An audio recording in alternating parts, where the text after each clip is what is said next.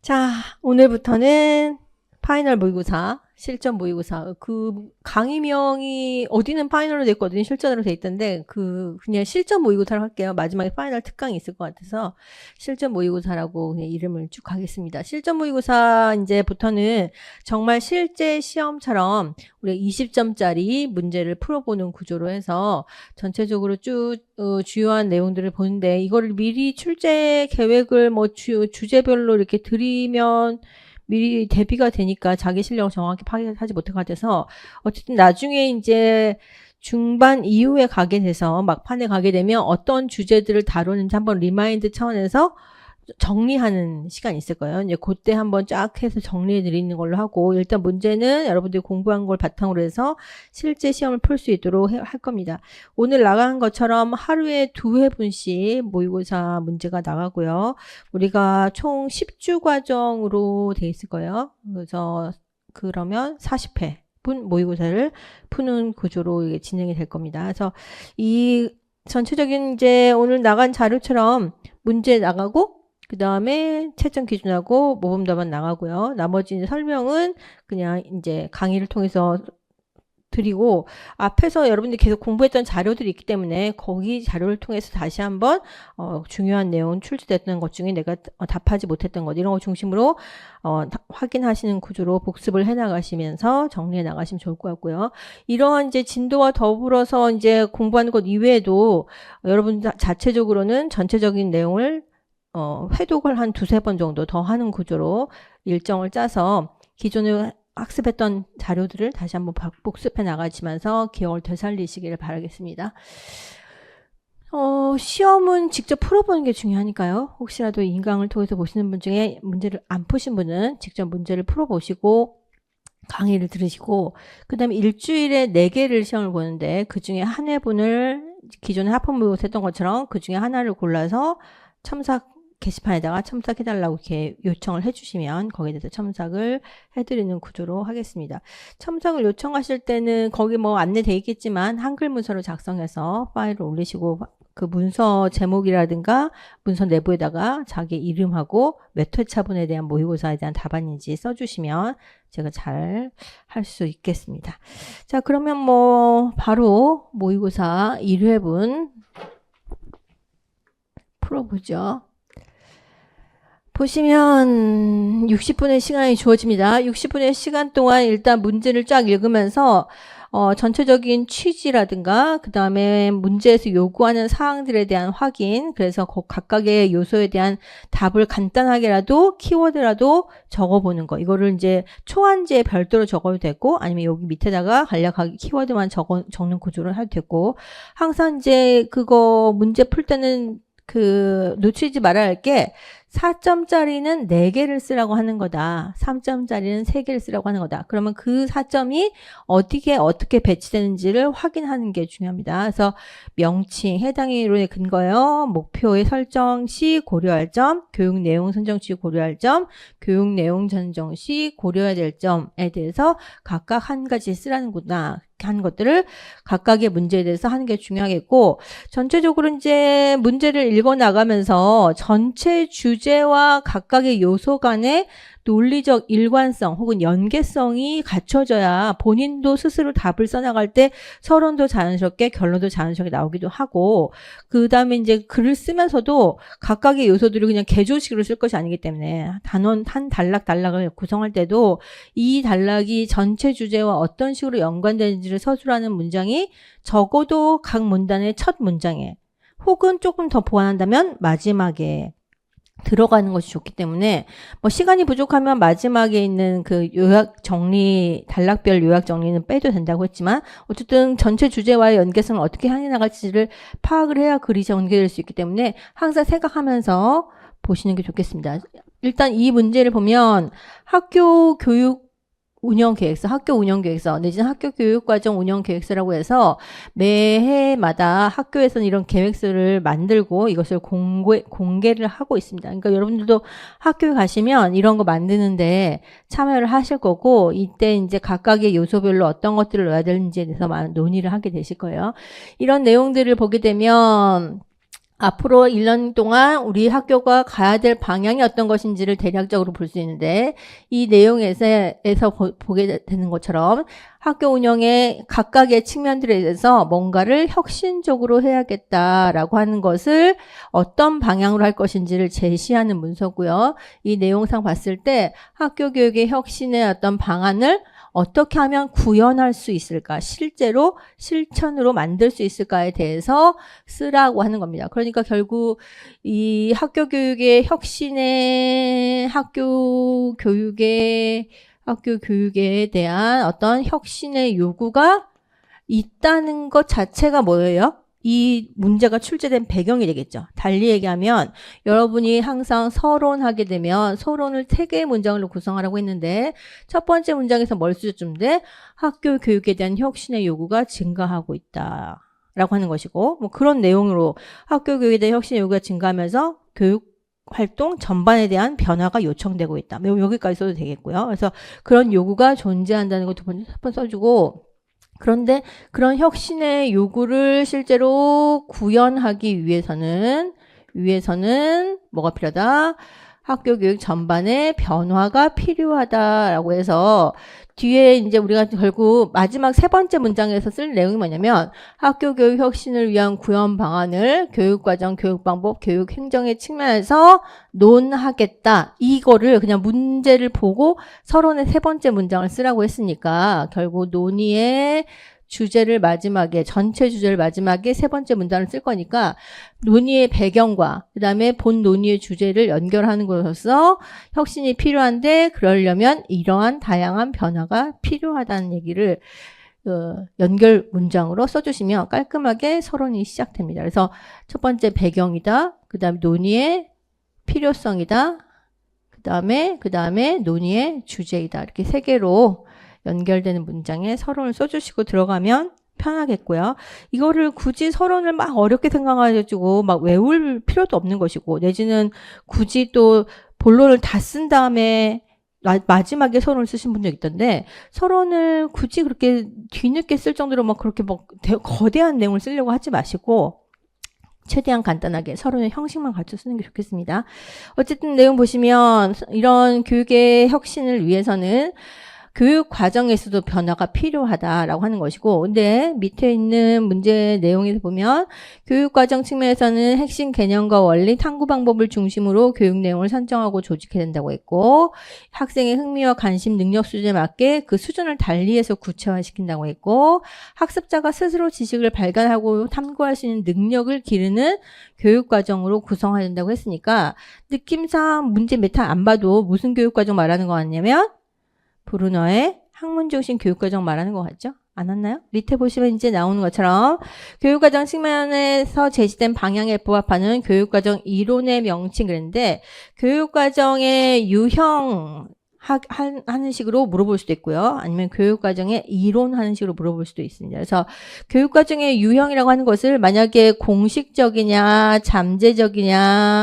잠재적이냐, 영교육과정이냐, 뭐 이런 차원으로 물어볼 수도 있지만 또 한편으로는 경험 중심이냐, 학문 중심이냐, 아니면 뭐 인간 중심이냐, 그다음에 교과 중심이냐, 뭐 이런 식으로 물어볼 수도 있죠.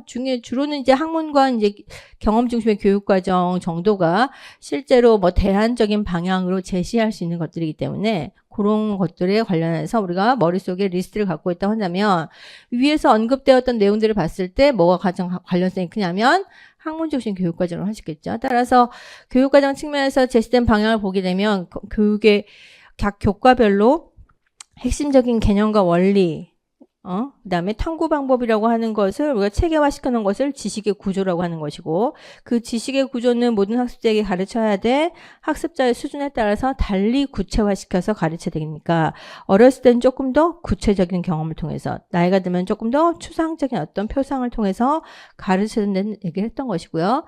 마찬가지로 그런 구성주의 브루너의 학문 중심 교육 과정에 대해서는 학습자에게 지식을 전달하기보다는 학습자가 스스로 지식을 발견하게 하는 발견학습식의 학습을 해야 된다고 했기 때문에 결국 이것은 뭐다?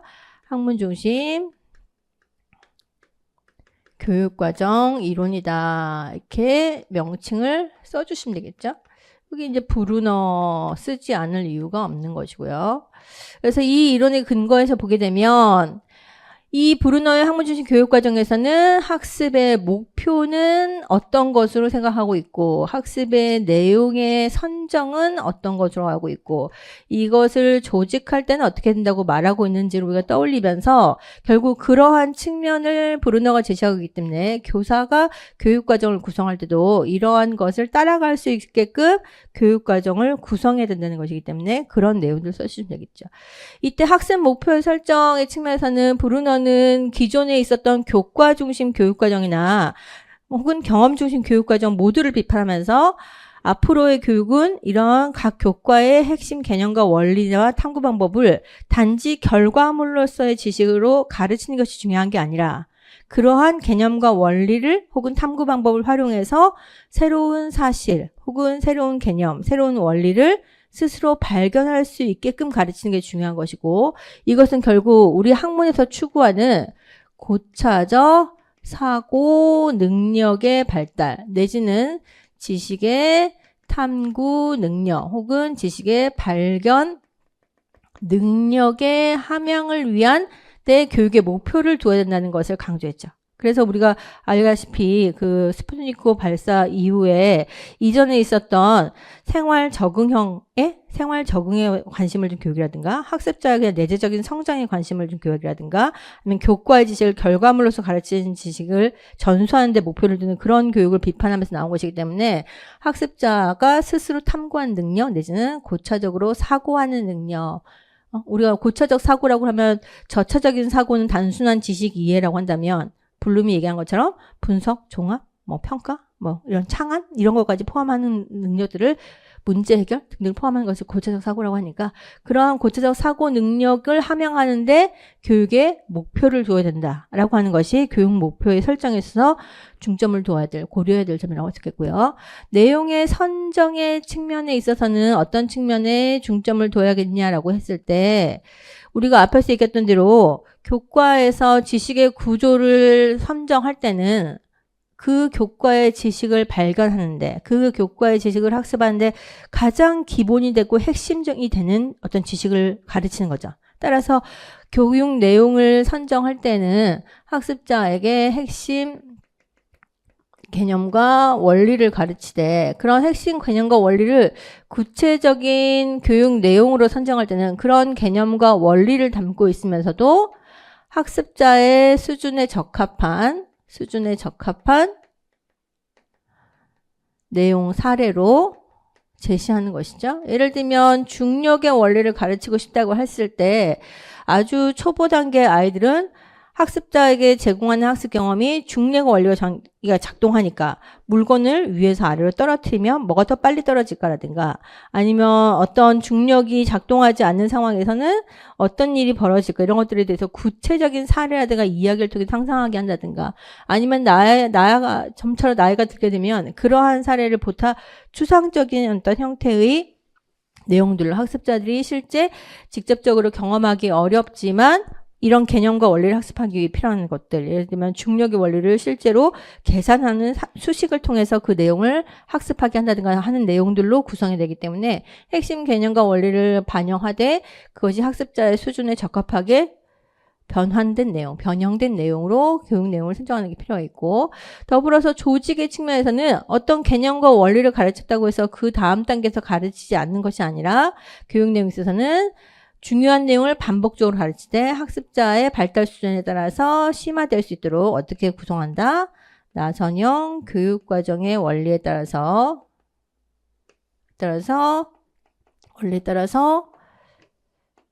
조직한다. 이런 내용이 들어가시면 되겠습니다. 더 그런 내용 중심으로 해서 언급해 주시고요. 더불어서 그와 관련해서 여기 보시면 채점 포인트에서 나선형 교육과정에 따라서 계열성과 계속성을 중심으로 해서 교육 내용을 조직한다. 내지는 거기에 덧붙여서 관련되어서 교과 간의 통합성과 연계성을 고려한다. 뭐 이런 내용들도 써주셔도 괜찮겠습니다. 그래서 그런 식으로 해서 첫 번째 교육과정 측면에서는 교육의 혁신을, 학교 교육의 혁신을 해서는 학습자의 고차적인 사고 능력을 기르는 데 교육의 목표를 두고 핵심 개념과 원리를 가르칠 때 학습자 수준에 맞게 구체화시킨 내용을 나선형 교육과정의 조직의 원리에 따라서 조직한 형태로 교육과정을 구성하는 게 필요하다. 이를 통해서 학교 교육이 단순히 지식을 전달하는 교육이 아니라 학습자의 사고력을 기르는 교육으로 발전할 수 있도록, 내지는 뭐 거기다가 뭐 핵심 역량 이런 거 써도 되겠죠. 그래서 그런 영향을 가는 방향으로 개선하는 게 필요하겠다라고 하고 수 있겠고요.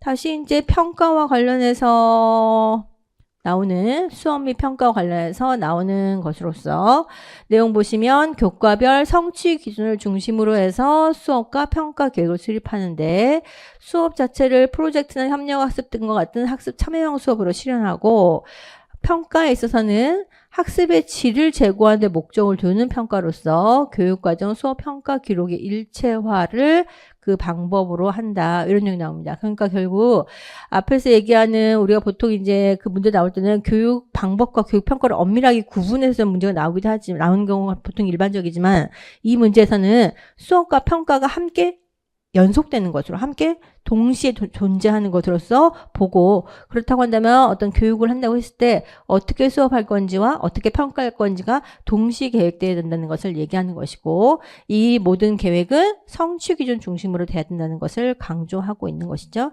이런 관점에서 우리가 요즘은 조금 이 멘트를 잘 쓰진 않습니다만 이 내용이 사라진 건 아니죠.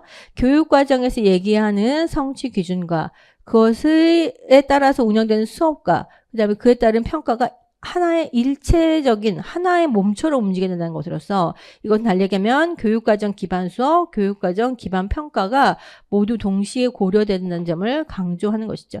이것은 단지 평가가 학습자들의 상대 비교를 위한 평가가 아니라 뭐 하는 것이다? 성취 기준이 잘 도달되는지를 확인하는 과정이고, 그 성취 기준에 잘 도달될 수 있도록 학습자들에게 학습 기회를 주는 것이 수업이어야 된다는 것을 얘기하는 것이다 라고 했고요. 이런 관점에서 봤을 때 교육 방법 측면에서 언급된 교육과정 수업 평가 기록의 일체화가 무엇을 의미하는지 뭐 그만 다 설명했던 대로 교육과정에 근거한 수업 계획과 그와 또 교육과정과 연계된 평가를 통해서 이 모든 과정이 하나의 방향을 추구하는 과정이 될 수 있도록 수업의 교육의 일관성을 추구하는 것이다 라고 할 수 있고요. 이를 실현하기 위해서 어떤 교육과정 설계 모형을 적용할 수 있는지 쓰라고 했습니다. 이러한 교육과정과 수업 평가 기록의 일체화에서 그동안 많이 지적되었던 것이 그 앞에서 얘기하는 누굽니까? 타일러류의 교육과정을 계획하고 교육의 목표를 설정하고 수업을 설계한 다음에 마지막에 평가하는 그런 순서의 어떤 교육과정 설계 모형 혹은 개발 모형이 기존에 있었던 우리의 기대와 달리 교육과정과 평가가 별도로 놀게 되는, 그래서 교육과정에 따라서 수업을 한다고 하지만 수업은 수업대로 놀고 교육과정에 따라서 수업하고 그것을 평가한다고 하지만 평가는 평가대로 놀게 되는 이 세 가지의 분리현상이 발생했다고 보고, 이것을 보다 일체화시키는데 가장 적합한 교육과정 설계 모형으로 언급되고 있는 것이 뭐냐면 바로 위긴스와 맥타이의 100워드 설계 모형이죠. 그래서 이 100워드 설계 모형을 쓰시면 되겠고요. 이 100워드 설계 모형에 따라서 학습자를 평가한다고 할 때 이 100워드 설계 모형에서는 어떻게 하냐면 교육의 목표를 설정하고 그 다음에 교육 목표 설정에 따라서 평가의 계획을 수립하고 그 다음에 이 평가 계획을 잘 수행할 수 있도록 수업 활동을 계획하는 순서로 교육과정을 계획해라 내지는 수업을 설계해라 이런 모형이기 때문에 결국 이때 평가계획이 수업계획이 잘 반영된다고 했을 때 이때 평가계획이 의미하는 바는 뭐냐면 바로 교육과 수업활동과 직접 연계되고 통합될 수 있는 방식으로 평가활동을 계획해라고 하는 것이고 교육에 있어서도 교육의 결과뿐만 아니라 과정까지 평가할 수 있도록 하는 것이 핵심이기 때문에 이때 이 위기사 맥타이의 백워드 설계 모형에서 얘기하는 평가의 핵심 뭐냐면 학습자의 수행 그 자체를 평가하는 평가, 수행평가 혹은 실제 학습자들이 그러한 지식을 활용하는 상황과 맥락에서의 평가라고 해서 참평가를 강조한다는 것이고요. 더불어서 학습에 있어서 이루어지는 어떤 과정으로 학습자들이 학습하고 어떻게 성장하는가를 포함하는, 그리고 평가의 과정에서 그 학습자에 대한 피드백까지 포함하는 과정 중심의 평가를 강조하는 것이 이 모형에서 말하는 그 평가에 대한 계획이고, 따라서 우리가 생각했던 것처럼 평가 계획하라는 게 단순히 뭐 기말고사에 객관식 문제를 내라는 뜻이 아니고, 이런 식으로 학습자를 평가할 거니까 이런 활동이 실제로 수행될 수 있도록 수업 계획에 반영해서 아예 수업의 과정에서부터 평가 활동이 이루어지게끔 수업을 계획하라는 거죠. 그러면 자연스럽게 수업과 평가가 일체화될 수밖에 없는 것이고, 이 모든 것의 출발은 교육의 목표, 즉 교육과정에서 얘기하는 그 성취 기준으로부터 시작되는 것이니까 교육과정과 수업과 평가가 일체될 수 있도록 해주는 모형이다, 이렇게 얘기할 수 있습니다. 그래서 결국 위긴스 앤 맥타이의 백워드 설계 모형과 이에 따른 학습자의 평가의 방향은 금방 얘기했던 대로 수행평가, 그래서 수행평가, 학습자의 실제 행동을 보고 한다는 것뿐만 아니라 학습 그 과제 자체가 학습자들이 지식을 실제로 사용하는 실제 맥락, 실제적 과제를 활용한 평가다라고 하는 것이고, 밑에 있는 과정 중심 평가, 예를 들면 뭐 포트폴리오 같은 거 있겠죠? 이런 것처럼 학습의 과정 속에서 학습자가 얼마나 어떻게 성장하고 있는지 그 변화 과정을 보여줄 수 있는 방식으로 평가하는 것이 바람직하다, 이런 것들을 얘기하고 있고요. 만약에 하나 더 쓴다고 한다면 이런 모든 과정에서 학습자가 자신의 학습 과정을 성찰할 수 있는 성찰 중심의 평가가 바람직하겠다, 이런 얘기들도 써주셔도 괜찮겠습니다. 그래서 이런 식으로 해서 이 두 번째 단락에서 보자면 교육 방법 측면에서는, 학교 교육의 혁신을 위해서는 교육 방법 측면에 있어서는 교육 과정에 근거하여 수업과 평가를 기획하는 게 필요한데, 이러한 이것을 담는 그 용어가 교육과정 수업 평가의 일체화이고, 이를 실현할 수 있는 교육과정 설계 모형으로서는 위긴스 앤 맥타이의 백워드 설계 모형을 얘기할 수 있겠다 라고 하는 것이고, 이러한 이 설계 모형에서는 아까 얘기했던 대로 간단하게 얘기하면 교육 목표 평가 수업 계획 순으로 교육 과정을 설계하도록 되어 있고, 이때 말하는 평가의 계획이라고 하는 것은 학습자가 실제로 지식을 사용하는 실제 맥락과 과제를 통한 평가인 수행 평가를 중시하는 점, 또 한편으로는 학습자의 변화 과정을 추적하고 평가할 수 있는 과정 중심 평가를 강조하는 점 등이 이 평가의 방향이다라고 제시할 수 있겠다. 이런 새로운 어떤 교육과정과 수업 설계, 평가의 계획을 우리가 도입한다고 한다면 교육의 본격적인 어떤 변화를 실현할 수 있겠다라고 볼 수 있겠죠. 자, 그 다음에 다시 올라가서 생활지도 측면에서도 얘기하고 있습니다. 생활지도 측면에서 보자면 학생 자치의회를 운영해서 학교 생활 규칙에 학생들이 참여할 수 있도록 하겠다. 전체적으로 학교 운영을 어떻게 하겠다는 겁니까? 민주적으로 하겠다는 거죠. 뭔가 규칙을 직접 학생들이 수립하고, 또 그래서 학생 자치법정을 통해서 뭔가 도덕적으로 규칙 위반 사항에 대해서 스스로 도덕적으로 판단할 수 있는 기회를 제공해서 학생들이 학교 안에서 단지 생활 지도를 받는 대상자, 수동적인 어떤 주체로서만 위치하는 것이 아니라 우리들 스스로가 우리들의 행위에 대해서 스스로 판단 내릴 수 있는 능동적이고 주체적인 행위자로서 행동할 수 있는 기회를 제공한다고 볼 수 있겠고요. 칭찬 릴레이를 통해서 기본 생활 습관 인성지도 생활을 한다는 것은, 칭찬 릴레이는 우리가 뭐 알다시피 여기 이제 뭐 따옴표 돼 있어서 굳이 설명을 할 필요까지는 없을 것 같은데, 어쨌든 보통 칭찬 릴레이 하면 교사가 학습자를 칭찬하는 게 아니라 뭘 얘기하는 거예요? 학생들끼리 이 학생은 되게 좋은 칭찬받을 만한 행동을 했어요라고 학생이 학생을 칭찬하고, 또 다른 학생이 또 다른 학생을 칭찬하는 것이 릴레이가 연계되는 거죠. 결국 달리 말하면 칭찬 릴레이의 핵심은 학생이 학생을 평가하는 거야. 학생이 학생을 칭찬하는 거야. 이것들은 결국 우리가 보통 얘기하는 뭐 해야 되는 거야? 쟤 되게 괜찮은 애야 라고 하는 사회적 평판을 통해서 학생들의 생활에 관련된 기본 생활 습관이라든가 인성 지도를 생활하겠다는 거는, 교사가 학생을 평가할 때와 달리 뭔가 권위 있는 사람의 평가에 따라서 휘둘리는 사람이 아닌 그냥 나 자신으로서 내지는 동등한 주체로서 행동하고, 그 동등한 주체이지만 또 사회적 관계 속에서 사회적 평판을 쌓으려고 노력하는 사람 정도는 될 수 있게 하는 것이고, 위에 있는 것은 더 높은 수준이겠죠. 스스로 규칙을 세우고 그 규칙에 대해서 스스로 판단 내릴 수 있는 도덕적으로 주체적인 인간을 양성하는 데 생활지도 교육의 목적이 있다. 이게 대략 느낌 볼 수 있는 것처럼 밑에 있는 내용 보시면 이거를 콜버그의 도덕성 발달 이론과 연계시켜 보자면, 콜버그의 도덕성 발달 이론에서는 학습자들이 도덕성이 어떻게 발달된다고 봅니까?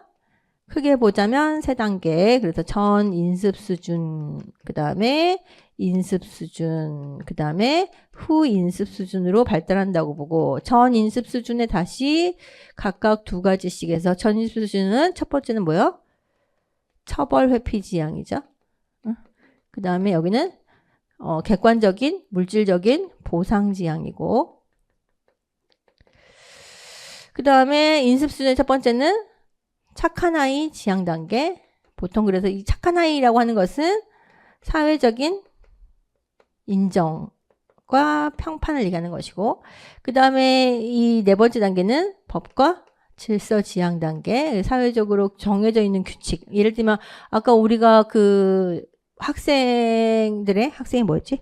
학생이 자치의회를 열어서 만약에 규칙을 제정한다고 한다면 그 규칙을 준수하는 행동을 하는 것을 도덕적인 행위로 보는 것은 법과 질서 지향 단계. 내지는 자치의회에서 하지 않았더라도 학교에 학칙이 있다고 한다면 그것을 준수하는 것을 옳게 보는 것.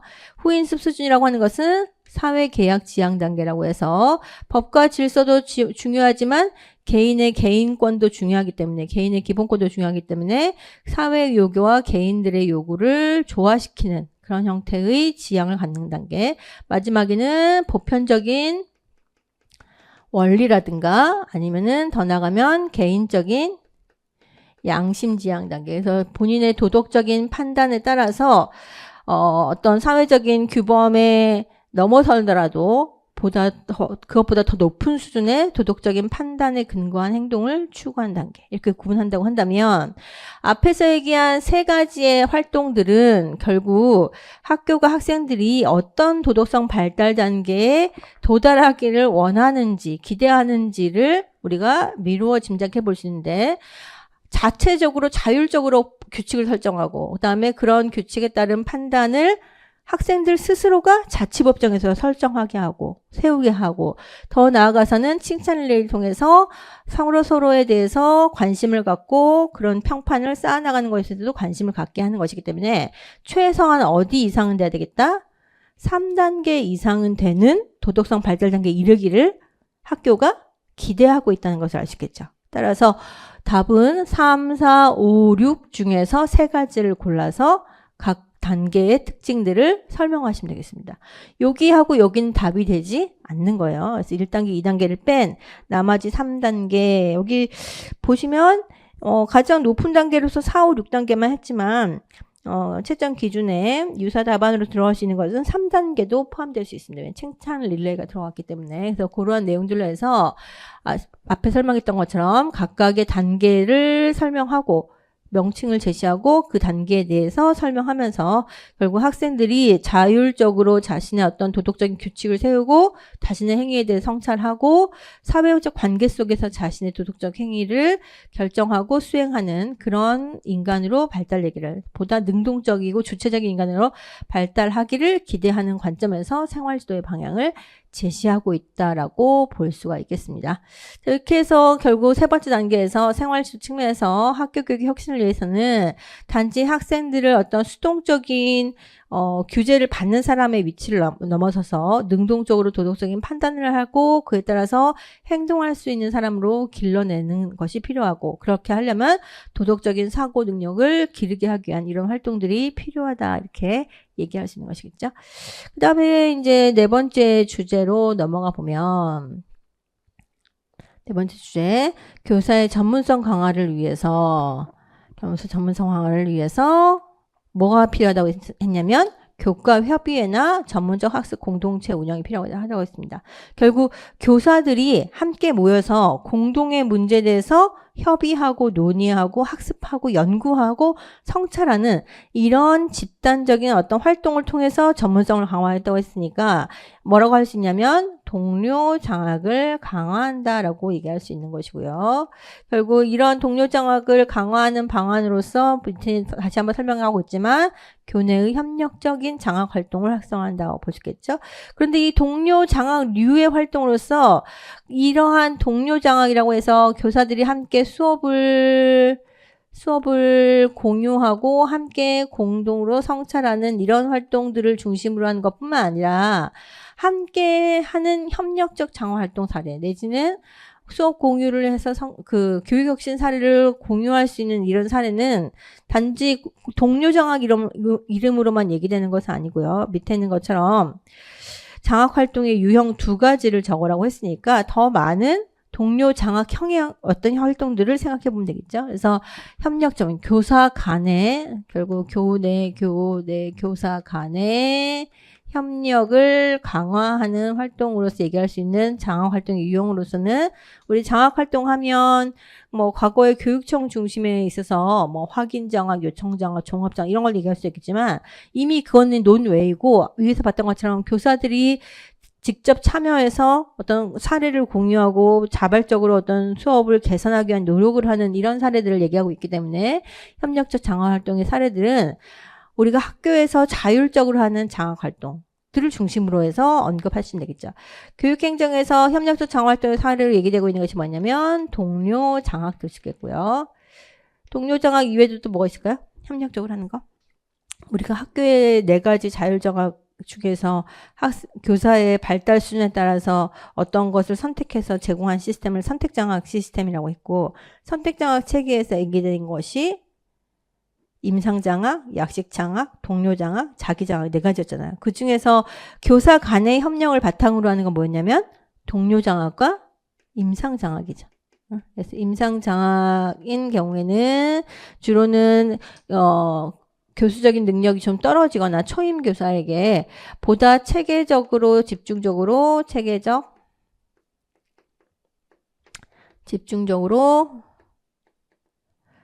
교수적 도움을 주는 것인데 그 구체적인 형태로는 수업의 계획에서부터 수업에 대한 관찰, 수업 관찰 후에 피드백까지 그리고 다시 수업에 대한 개선까지 나아가는 구조로 해서 교사의 수업 능력을 개선하기 위한 형태의 장학을 활동하는 것을 임상장학이라고 하고요. 동료장학은 동료들 간에 공동의 관심사를 중심으로 해서 공동 연구를 수행한다든가 아니면 주로는 어떤 수업을 공개하고 그 수업에 대한 공개에 대해서 함께 관찰하고 그에 대한 피드백을 제공하는 형태로 해서 동료 간의 수평적인 관계를 바탕으로 해서 장학을 펼치는 것을 동료 장학이라고 하죠. 이것 이외에도 교사들이 협력할 수 있는 형태로서 요즘 언급되고 있는 것 중에 뭐 있냐면 컨설팅 장학이 있다고 했죠. 그래서 컨설팅 장학하면 교내외의 전문가에게인데 교내외의 전문가 중에 물론 외부의 교수진이라든가 연구진도 있겠지만 대표적으로 언급되고 있는 사람들이 수석교사 같은 사람들이에요. 아니면은 아주 경력이 많은 고경력 교사와 같은 그런 교사에게 뭐하고 자문을 의뢰하는 거죠. 누가? 자문을 의뢰하는 거 누가? 교사가 스스로 담당 교사가 스스로 교내 전문가에게 자문을 의뢰하고 의뢰받은 전문적인 자문을 의뢰받은 이 전문가는 교사에 대한 뭐 어떤 면담과 그다음에 관찰과 뭐 등등의 활동을 통해서 연구를 통해서 본 교사가 당면하고 있는 문제를 확인하고 그 문제의 원인을 진단하고 문제의 여부와 문제의 원인과 그것에 대한 해결 방안을 방안을 제시하는 보다 문제 해결적인 내지는 처방적인 성격의 그런 장학을 하는 것을 컨설팅 장학이라고 하고요.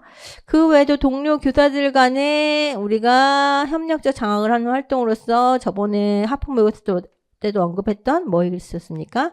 멘토링 장학이 있었어요. 그래서 이 멘토링 장학은 위에 있었던 컨설팅 장학의 관계가 전문가와 의뢰자의 관계라고 한다면 보다 뭔가 공식적이고 약간 그 전문적인 수준에 있어서의 약간 그 위계의 차이가 있을 뿐만 아니라 협력을 하긴 하지만 그냥 아무거나 다 협력하는 게 아니라 교사가 의뢰한 문제에 대해서 그 문제의 원인의 진단과 해결 방안의 도출을 중심으로 보다 집중적인 어떤 장학 활동을 펼치는 것이라고 한다면 멘토리 장학은 멘토와 멘티의 관계잖아요. 여러분 멘토 있어요? 인생에 멘토 있어? 보통 우리 좀 언젠가부터 그런 게 있잖아요. 약간 전문직으로 가고 약간 직업색에 올라갈수록 자신의 멘토를 설정하잖아요. 나하고 비슷한 경험을 했으면서 나의 약간 롤모델이거나 내가 앞으로 살아가고 싶은 인생을 먼저 살아가고 있는 약간 비교적 잘하고 계신 분한테 상시로 조언을 구하는 관계. 근데 이 관계가 매우 공식적이고 뭐 이런 체계적인 관계라기보다는 그냥 선배와 후배 관계처럼 약간은 비공식적인 친소 관계를 바탕으로 하되 이와 더불어서 동종의 업종에 종사하고 있기 때문에 그와 관련된 각종의 업무와 관련된 고민을 상담할 수 있는 대상을 설정하고 그 대상과 지속적인 관계를 형성하면서 도움을 주고 받는 관계를 우리가 멘토 멘티 관계라고 하잖아요. 그러니까 그것을 그대로 장학에 갖고 오는 겁니다. 그래서 학교 교사들에서도 보다 이제 뭐 문제가 있을 때마다 이 사람한테 물어봤다, 저 사람한테 물어보는 게 아니고 멘토 멘티 관계를 이제 하는 거야. 약간 뭐지? 우리 그 무슨 비밀 친구 있잖아.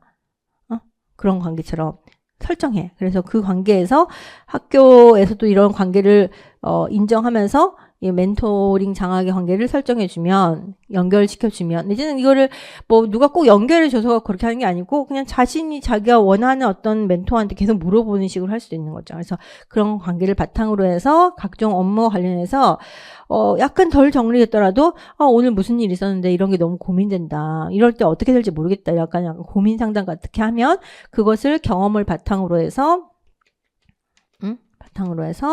상담해주는 약간 뭔가 해결 방안을 명확하게 딱 이게 해결책 이런 게 아니라도 이런 방식으로 한번 생각해보면 어때? 라는 식의 약간 우리가 흔히 얘기하는 스캐폴딩형의 그런 도움을 제공해주는 그런 식의 장학 방식을 우리가 멘토링 장학이라고 합니다. 그래서 용어가 약간씩 달라지면서 약간씩 포인트가 달라지지만 결국 핵심은 교사와 교사들이 보다 이 자신의 어떤 실질적인 업무 문제의 해결 방안을 찾거나 아니면 자신의 전문성을 기르기 위한 노력을 함께 해나가기 위한 활동에 도움을 주고받는 관계를 형성하는 장학 활동이기 때문에 여기서 얘기하는 협력적 장학 활동의 두 가지 중에 이 네 가지 중에 두 가지를 골라서 쓰시면 되겠습니다. 그래서 그런 식으로 쓰시면 되겠고, 그 다음에 이제 그 뒤에 위에 올라가 보면 이러한 것뿐만 아니라 뭐도 필요하다. 뭔가 다른 사람들한테 뭔가 이렇게 전달받고 공유하고 이런 것도 중요하지만 교사 개인별로도 각종의 연수 및 장학 활동을 할 수 있도록 지원을 확대하자라고 하는 것을 얘기해 주겠습니다. 교사 개인별 연수를 우리가 흔히 얘기하는 뭐라고 합니까? 자기 장학이라고 하죠. 그래서 교사가 독립적인 어떤 활동들을 선호하고 스스로가 자기의 전문성을 향상시킬 수 있는 경력이라든가 경험이라든가 학식이 있는 경우에, 그런 해안이 있는 경우에는 자기 장학을 통해서 오히려 보다 자기 문제에 적합한 해결 방안을 도출할 수 있고 자기에게 맞는 자기 이 교사 전문성을 향상시키는 방안을 만들어낼 수 있기 때문에 이런 자기 장학도 충분히 지원해야 될 방안이 된다고 하시겠죠. 그래서 결국 자기 장학을 활성화하기 위해서는 학교 차원에서 어떻게 지원을 할 수 있을 것인가 생각해 보자는 것이죠. 자기 장학을 지원하기 위한 지원 방안에는 어떤 것이 있겠다. 가장 기본적으로 자기 장학이라고 하면 자기가 갖고 있는 어떤 문제점에 대해서 성찰해보는 활동을 하게 한다든가 아니면 관련된 연구를 해보게 한다든가 아니면 관련된 학습 내지는 연수를 받을 수 있는 기회를 제공한다든가 아니면 만약에 더 이 확대하게 되면 아예 학습 연구년제라고 해서 어떤 모종의 교육 연구기관에 파견하는 된 형태로서의 연수를 참여하는 것 등까지 모두 포함하는 것이 자기 장학의 형태이기 때문에 이것을 할 수 있게 하려면 무엇이 필요할까라고 생각해 볼 수 있겠습니다. 일단은 자기 성찰을 하려면 교사가 자기 수업에 대해서 성찰하려면 수업하기도 바빠 죽겠는데 성찰할 시간이 부족하잖아요. 그렇게 한다면 이것을 지원할 수 있게 해서 물리적인 어떤 내지는 시간적인 지원을 제공하는 것이 필요하겠다. 그래서 충분히 자기 성찰을 할 혹은 자기 성찰 및 연구를 할 수 있는 기회를 제공할 필요가 있겠다라고 할 수 있겠고요. 이러한 기회의 제공뿐만 아니라 교사별로 각각의 교사들이 처하고 있는 상황이라든가 겪고 있는 문제가 다를 텐데 교사별로 자신이 어떤 문제에 직면인지를 잘 인식하지 못할 수 있죠. 따라서 교사별로 맞춤형 장학을 기획해주는 그런 제도를 할 수 있겠습니다. 그래서 교사들에게 함께 상담을 하면서 교사들이 겪고 있는 문제점에 대해서 스스로 어떤 방식으로 자기 장을 할 수 있는지에 대해서 활동을 제안해 주는 형태. 예를 들면 내가 컴퓨터 사용하는데 어려움을 겪고 있다고 한다면 그러면 다음 학기에 그 수업하기 전에 방학 동안에 어떤 연수를 들어보면 좋을 것 같다. 그 연수 프로그램에는 어떤 것들이 존재한다. 이런 것들을 정보를 제공하고 같게 일정을 제공한다든가 아니면은 결국 이러한 자기 성찰, 자기 연구, 자기 학습 혼자 하라고 하면 잘 안 되죠. 어떨 때 돼? 여러분들도 답 써라고 그러면 잘 안 써져. 그럼 어떻게 할 때 좀 돼? 내라고 하면 좀 더 할 수 있죠. 그래서 결국 자기 성찰, 자기 연구를 할 수 있는 기회를 제공한다는 것은 앞에서도 언급된 것처럼 전문적인 학습 공동체와 같이 함께 그런 문제에 대해서 함께 학습하지 않더라도 각자 학습하는 사람들이 가끔씩 모여서 그런 경험을 공유할 수 있는 전문적 학습 공동체를 활성화함으로써 개인적인 자기 장학의 경험과 우수 사례를 공유하는 형태로서의 전문적 학습 공동체를 활성화시킨다고 한다면 이와 같은 자기 장학을 좀 더 촉진할 수 있겠다라고 얘기할 수도 있겠죠. 그래서 이런 것은 사실 열려있는 답이기 때문에 교사별 개인 연수 활동을 활성화하는데 뭐 말이 부합한다고 한다면 충분히 다 답이 될 수 있는 내용들이니까 맥락만 벗어나지 않게 쓰여줄 수 있으면 되겠습니다. 그래서 이렇게 보면 결국 이 문제에서 꼭 이렇게 나온다고는 뭐 할 수는 없겠지만 어쨌든 관련되어서 1호를 알아야 되는 게 브루너의 학문중심 교육과정이라든가 그 다음에 교육과정 설계 모형으로서 위긴스와 맥타이의 백워드 설계 모형, 그 다음에 콜버그의 도덕성 발달 이론 이런 것들은 이제 학문적 이론에 해당되는 것이니까 뭐 암기해서 공부하고 그다음에 장학 활동의 유형 같은 것들도 어느 정도는 리스트가 제공되고 있기 때문에 그런 장학 활동의 유형 함께 공부해야 되는 내용입니다. 그 외에 나머지 것들은 이 개념들을 알고 있으면 그 개념들의 기초에서 그 내용들을 세부적으로 조금 더 현실에 적합하게 설명한다든가 아니면은 그러한 내용들에 있어서 를 바탕으로 했을 때 그런 개념을 알고 있으면 실제로 어떻게 구현할 수 있을지는 현장에서 이 적용하는 방안은 여러분들한테 아까 그 운영계획서 문서 써야 된다고 했잖아요. 그럼 문서 쓸 때 여러분들이 결국 채워야 되는 칸 안에는 어디에 적혀져 있어서 어디 책에 나와 있어서 어디 뭐 운영 지침에 써 있어서 그거를 갖고 오는 파트가 있지만 그것이 실제로 어떤 효과가 있을지 어떤 장점이 있을지 어떤 문제점이 있을지 그런 문제는 어떻게 개선할 수 있을지에 대해서 생각해서 자유롭게 진술하는 부분들도 있는 것이라서 여기 있는 것처럼 뭐 자기 장학을 하기 위한 구체적인 어떤 학교 차원의 지원 방안 이런 것은 적혀져 있는 것을 써서 쓰는 것이 아니라 저도 나름대로 생각해서 그냥 답을 드리는 거예요. 예시로 드리는 거야. 그러니까 여러분들도 이걸 볼 때 이걸 달달달 외우는 게 아니라 학교가 어떤 식으로 돌아가니까 선생님들의 삶은 어떻게 돌아가니까 자기 장악을 하려면 어떤 점이 갖춰져야지 일단 시간이 있어야 되겠네. 그러니까 시간 충분한 어떤 수업 시수를 좀 줄여준다든가 성찰할 수 있는 어떤 그 포인트들을 제도적으로 보장해 준다든가 그래서 성찰 로그를 작성하는 것 자체를 하나의 포인트로 잡아서 그 활동을 하는 것이 업무의 일환이라고 하는 것을 명시적으로 정확하게 정해주는 것, 제도적 지원. 그 다음에 이제 교사들 간의 어떤 공동체성을 활성화시킴으로써 그것을 독려한다든가 아니면 개인 맞추며 자기 장악의 방법을 실제로 안내준다든가 다들 개인적으로 하고 싶지만 어떻게 될지 모르는 상황에서 그것을 좀 더 알맞게 컨설팅 해주는 거 이런 것들이 적절한 방법이 되겠다라고 하는 겁니다.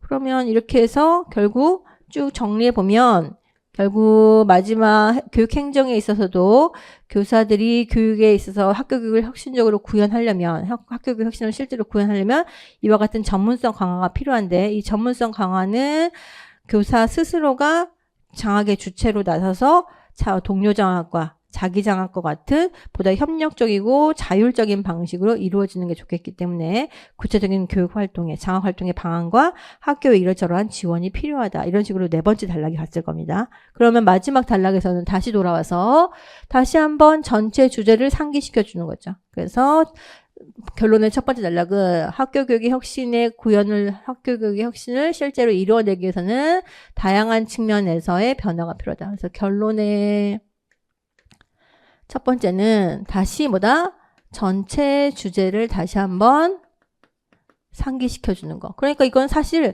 서론의 마지막 문장을 거의 받는 내용이라고 보시면 되겠어요. 거의 그 표현을 서론의 마지막 문장을 거의 조금 바꿔서 다시 한번 써주는 거죠. 학교 교육의 혁신을 위해서는 여러저러한 측면에서의 변화가 필요하다라고 하는 것이고 그 다음에 이 전체 주제에 대한 논의를 결국 본 단락에 했기 때문에 본문의 각 단락에 했기 때문에 본론을 요약하는 문장을 써달라고 했죠. 물론 여기서 본론 요약하는 게 한 문장으로 안 돼요. 그러면은 흐름상 2개 정도의 문장 정도로 2개는 넘지 않도록 그러니까 결국 한 단락을 한 단어 내지는 한 어절 정도로 받아서 앞에서 얘기했던 것에서 이 교육과정 파트에서 가장 중요한 것은 보다 학생의 구체적 사고력을 향상시키는 방향으로 교육과정을 재구성하는 거. 교육 방법에서는 학습자의 참여와 학습의 과정, 학습의 질을 높일 수 있는 평가를 포함하는 수업 방법으로 하는 거. 생활주의에서는 학생의 능동적이고 주체적인 도덕적 판단을 촉진하는 방향으로 교육 행정에 있어서는 교사의 전문성을 자율적이고 협력적으로 기를 수 있는 방향으로 개혁하는 게 필요하다. 이런 내용들을 조금 더 간략하게 써주시면 되겠고 마지막에 세 번째는 시사점. 시사점 내지는 과제. 앞으로는 이러이러한 방향으로 이렇게 한다면 앞으로 교육은 이런 효과를 가져올 것이다. 내지는 앞으로 이 교육을 통해서 우리는 무엇을 더 큰 어떤 성과를 얘기하면서 이런 것을 가능할 것이다. 그러니까 결국 학교 교육을 혁신을 통해서 뭘 했다는 거예요? 학습자가 진정으로 배움과 성장을 할 수 있는 교육을 실현할 수 있을 것이다. 라든가 그런 교육으로 나아가게 될 것이다. 라는 것을 얘기한다든가 아니면 더 추가적인 과제가 있을 수 있죠. 학교 차원에서 이런 노력뿐만 아니라 교육 당국과 사회 전체가 이러한 교육을 지지하고 지원할 필요가 있다. 와 같은 앞으로 우리가 이런 걸 했을 때 얻게 될 성과가 보다 장기적으로 궁극적으로 무엇을 가져올 것인가? 장기적이고 궁극적인 방향에서의 어떤 효과가 무엇인가를 쓰는 거. 이게 이제 시사점이라고 할 수 있다고 한다면 과제는 추후 과제. 그래서 뭘 더 해야 되는지. 내지는 여기서 지금 노력하겠다라고 하는 어떤 당사자 외의 더 외부의 측면에서 무엇을 더 지원해야 되는지 제공해야 되는지에 대해서 언급해 주는 거죠. 그래서 우리 사회가 내지는 교육당국이 내지는 학부모가 이런 것들이 어떻게 달라져야 되는지에 대해서 더 써주는 거. 둘 중에 하나만 쓰면 돼요. 다 쓰려고 하지 말고. 그래서 마지막 한 문장. 그래서 결론은 3문장 혹은 4문장 정도로 마무리를 지어주시면 전체적으로 이 글이 매우 짜임새 있어 보이고 논리적인 전개가 매우 일관되면서도 순차적으로 주제를 제시하고 각각의 측면들을 다 하나씩 짚어가면서 논의했고 마지막에 최종 종합 정리하고 있는 글로 보이기 때문에 이렇게 했을 때 마지막에 있는 서론본론 형식의 구성과 주제와의 연계성을 우리가 다 챙겨갈 수 있고, 그 다음에 더불어서 표현의 적절성 측면에서는 제가 이제 피드백 해보면 자주 말씀드린다마는 지나친 구어적 표현, 물론 구어적 표현이 아예 없을 수 없어. 하지만 지나친, 투머치, 이거는 좀 바꿔야 돼요. 그래서 뭐 예를 들면 이게 써놓은 글이 전혀 어른이 쓴 글 같지가 않고 그냥 뭐 중고등학생이 그냥 수다 떤 거를 그냥 글로 옮겨놨을 뿐인 것 같은 그런 글이 가끔 있어. 그런 거는 본인이 스스로 읽어보면서도 이게 어디 문서에 들어갔을 때 어떤 책자에 들어갔을 때 과연 적합한 글인가를 좀 한번 확인을 해보시면 좋을 것 같아요. 그래서 피드백 해드릴 때 말씀드리지만 지나치게 구어적인 표현을 써서 너무 가벼워 보이지 않도록 하는 것이 좋겠고, 그런 구어적 표현을 가지 않기 위해서는 정확한 학술적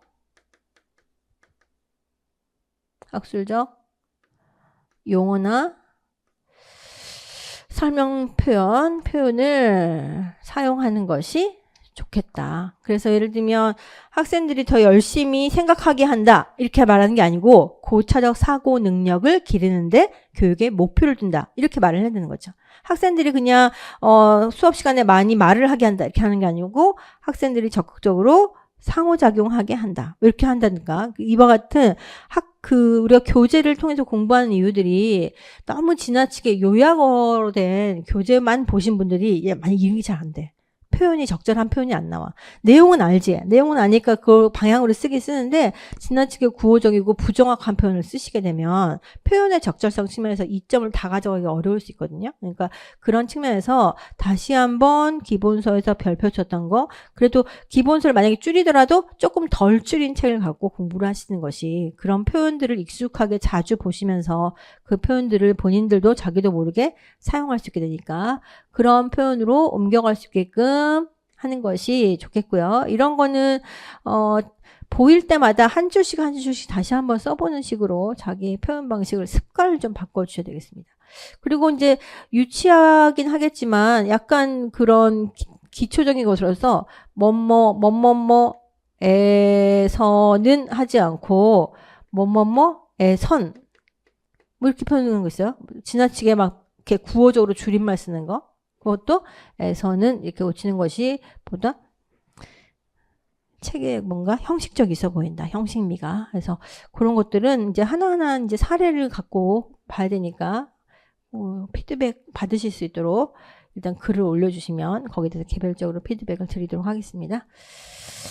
자, 그러면 마지막에 이번에는 정리된 답안을 한번 보도록 했으면 좋겠는데. 자, 그러면 이제 실제로 해설지에 나와 있는 거 잠깐 볼게요. 앞에서 언급했던 대로 브루너의 학문주신 교육과정, 고차적인 사고력 중심의 목표를 설정한다. 고차적 사고력을 좀 다르게 이해 중심으로 한다, 개념 중심으로 한다, 이런 말을 써도 일부 이제 맞겠다. 내지는 고차적 사고력이라고 하는 것을 안에서 문제 해결이라든가, 해결 능력이라든가, 탐구 능력이라든가 이런 것들도 얘기할 수 있겠고요.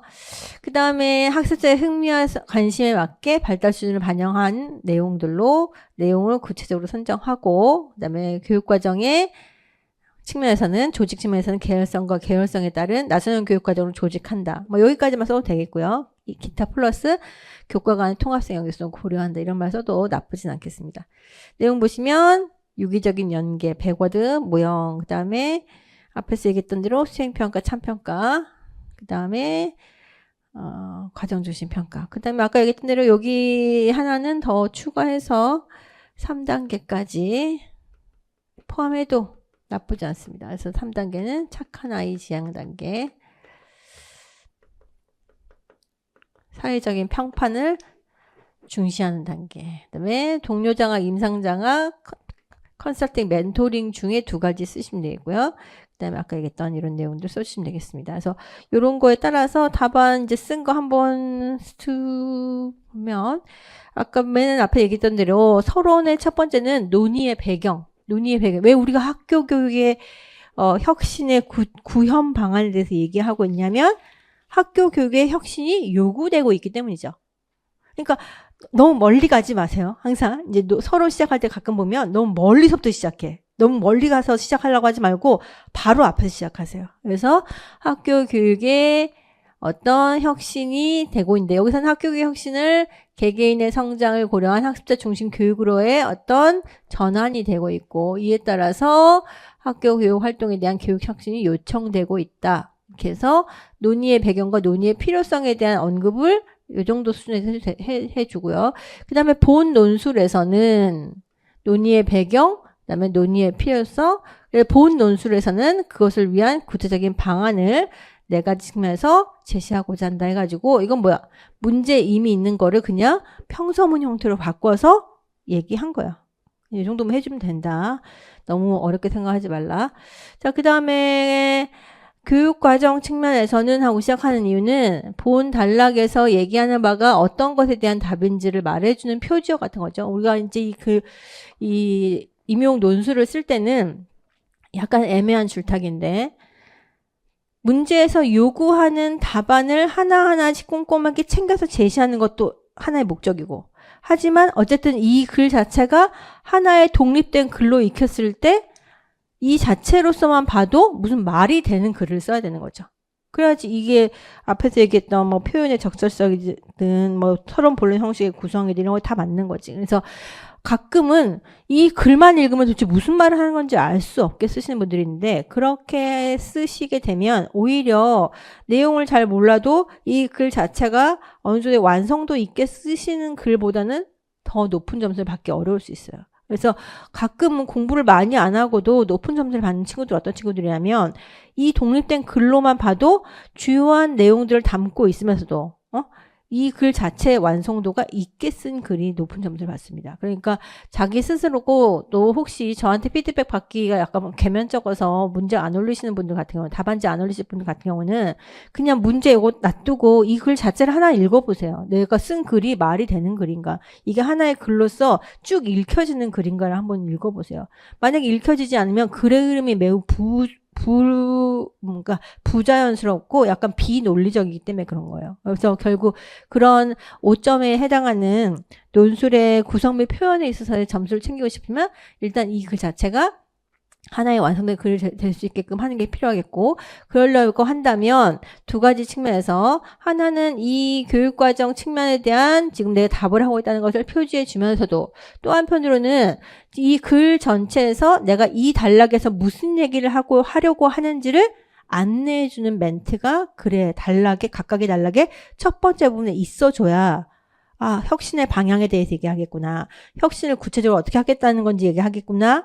그런데 어떤 측면 이런 식으로 하나씩 짚어가면서 해주는 게 바람직하고 이해가 잘 되기 때문에 그런 측면에서 하면서 얘기를 시작하는 게 좋습니다. 그래서 아주 간단하게 쓰면 그냥 교육과정 측면에서 살펴보자. 이렇게 아예 딱 끊어도 되겠고 아니면 교육과정 측면에서 혁신의 방향은 브루너의 학문중심 교육과정 이론에 부합하는 것으로서 브루너가 말하는 이 학문중심 교육과정이라고 하는 것이 무엇인지에 대해서 간단하게 언급해주고 이에 따라서 학습 목표는 어떻게 돼야 된다. 교육 내용은 어떻게 돼야 된다.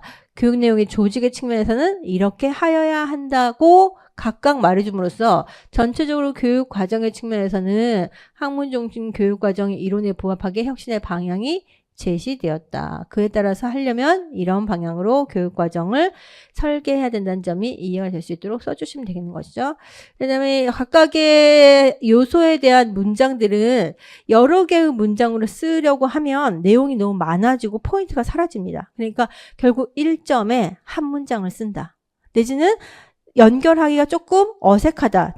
뒷주제로 뒤에 이 네 개의 소주제를 연결했는데 일단 답은 썼어. 명칭은 썼어. 근데 여기서 바로 넘어가기가 좀 어색하다. 그러고 한다면 이 글의 전체적인 완성도를 위해서 브루너의 학문 중심 교육 과정이라고 하는 것은 예전 브루너는 학습을 이렇게 보았다. 브루너는 이런 걸 강조했다는 중간에 이 설명 문장. 이걸 그냥 설명하는 거죠. 개념을 쓰라는 내용이 들어있지는 않지만 명칭을 쓰라고 하는 것 문제가 나오게 되면 관련된 그 명칭을 다시 한번 정의해주는 문장을 써주게 되면 이후 주제로 넘어가기가 편리합니다. 그러니까 그렇게 해서 이론에 부합한다. 그리고 브루너가 말하는 학습의 중점은 이런 것이다.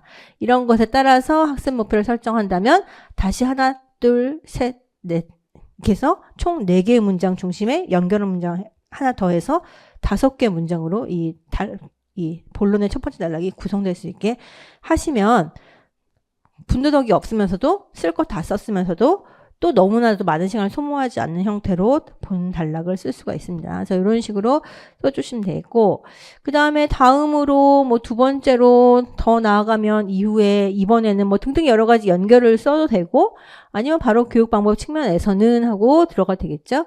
그래서 아까 말씀드린 에서는 에선 있잖아요. 여기 이런 거예요.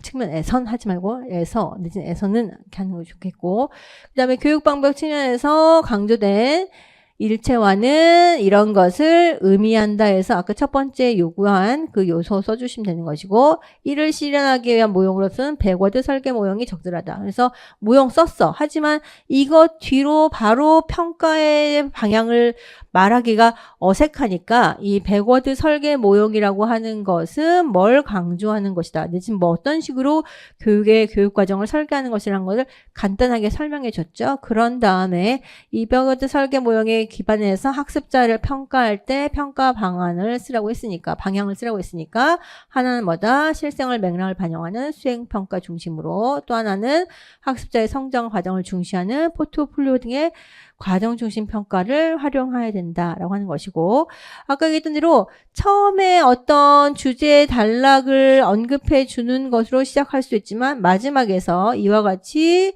학습자의 성장을 유도하는 평가의 본연의 목적을 실현하는데 이러한 수업 방법과 평가 방법이 적합하다는 식으로 해서 전체 문장을 마무리 지어줄 수 있죠. 이거를 매번마다 매 앞에도 주제 문장, 단락의 주제 문장, 마지막에도 주제 문장 꼭 쓰려고 하기보다는 상황에 맞게 이 내용이 너무 약간 좀 산만하게 흩어졌다 싶으면 마지막에 마무리 문장을 써주시고요. 뭐 마무리 문장 안 써도 대략 무슨 어떤 좀 논의가 약간 모아지고 좀 정리가 되는 구조로 되어 있다고 하면 마지막 문장을 생략해도 되겠습니다. 자, 그 다음에 세 번째 마찬가지 각각의 여러 가지 생활지도에 대한 계획이 추구하는 방향의 관점에서 설명하려고 하는데 이거를 콜버그의 도덕성 발달 이론의 관점에서 설명하려고 하죠. 근데 여기서는 아예 첫 번째 문장에다 뭘 써줬어? 전체적인 주제를 소개하는 문장을 써줬죠. 그래서 생활지도 측면에서는 학생 자치의회 뭐 등등을 통해서 학생의 자율성과 도덕적 판단 능력을 함양하고자 한다라고 해서 전체 취지를 써주고, 이것을 도덕성 발달 이론의 근거에서 보면 법과 지향 질서 단계에서 내지는 사회계약 지향 단계에서 보편적 윤리나 원리를 지향하는 단계에 도달해서 학습자들이 판단할 수 있도록 하는 것이다 라고 하는 거, 이런 것을 통해서 학습자들이 보다 상위 도덕성 발달을 할 수 있도록 유도하는 과정이다 라고 하는 것을 언급해주고 있습니다. 자, 그 다음에 마지막으로 교육과 행정 측면에서는 핵심이 뭐였냐면 아까 봤던 대로 교사들이 협력하게 한다거나 개인별로 맞춤형 연수를 하는 것인데, 그 중에서도 협력자 장학 활동은 하고 앞에서 주제 문장 안에서 꺼내서 요거 포인트, 그 다음에 요 뒤에 나오겠죠? 이렇게 하고 동료 장학과 임상 장학이 대표적이다. 그래서 두 가지 사용할 때 그냥 아까 봤던 것처럼 그냥 두 개를 연속해서 이렇게 써도 되고, 아니면 아예 첫 번째다가 두 개를 먼저 제시하고 동료 장학은 임상 장학은 하고 이렇게 써도 됩니다. 쓸 내용이 많으면 앞에 있는 것처럼 두 개를 아예 핵심 키워드를 꺼내서 일단 제시하고 뒤에 있는 것을 쭉 써주고, 뒤에 쓸 말이 그렇게 많지 않으면 그냥 앞에 굳이 꺼내지 않고 아까 봤던 것처럼 이렇게 하는 방법이 있고 저렇게 하는 방법이 있고 두 가지 그냥 문장으로 풀어도 되는 것이죠. 그래서 이렇게 되고, 그 다음에 학생들에게 이런 교사들에게 학교 차원에서 교사별 요구에 맞는 연수와 그 다음에 개별 연구 연수 활동을 장려할 수 있는 시간적 제도적 지원을 제공하는 것이 이와 같은 맞춤형 연수를 할 수 있는 방법의 지원 방안이 된다. 이를 통해서 교사들의 전문성을 기를 수 있다 써주시고, 그 다음에 이제 마지막 결론적으로 보통 이제 결론 처음 시작할 때 결론적으로 종합하면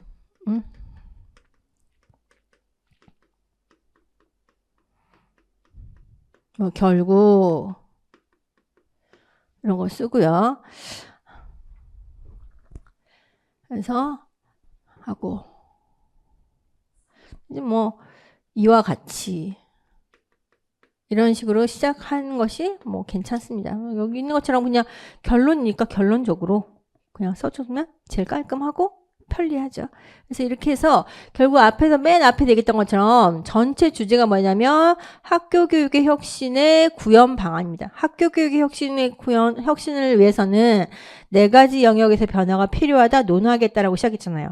그 똑같이 쓰면 너무 지루하니까. 그리고 약간 동어 반복을 하면 글이 되게 약간 뭔가 그 깊이도 떨어져 보이고 그 표현의 적절성 측면에서도 동어 반복은 별로 좋지 않은 것이기 때문에 동어 반복은 최대한 펴면서 결론의 첫 번째 문장이 길 필요가 없으니까 학교 교육은 뭐다? 학교 교육 체계 전반의 변화를 필요로 한다. 내지는 의미한다. 이렇게 해서 결국 서론의 마지막 문장을 받아서 약간 변화시켜서 조금 더 종합적으로 이렇게 써주시고요.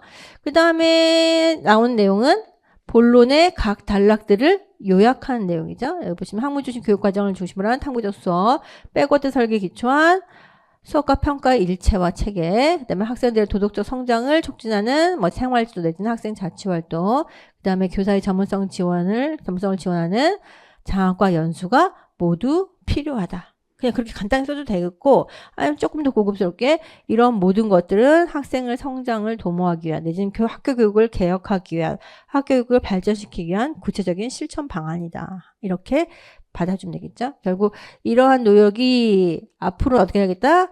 시사점. 결국 이러한 노력이 지속적으로 실행된다면 앞으로 우리는 학교는 보다 진정한 배움의 공동체 내지는 성장의 공동체가 될 수 있을 것이다. 조금 더 넓은 의미에서 교육의 발전상을 조금 이렇게 흐릿하지만 장기적이고 근본적인 어떤 개선된 상태를 약간 그려주면서 이런 노력이라고 하는 게 어떤 맥락에서의 의미 있는 활동들인가를 잡아주는 것으로서 시사점을 제시해 주는 거죠.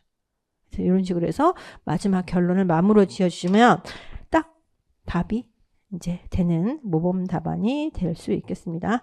자, 이런 식으로 여러분들 계속해서 써나갈 수 있도록 함께 한번 계속해서 짚어드리는 식으로 해보겠습니다. 그러면 쉬었다가 2회 문제 풀이 하겠습니다.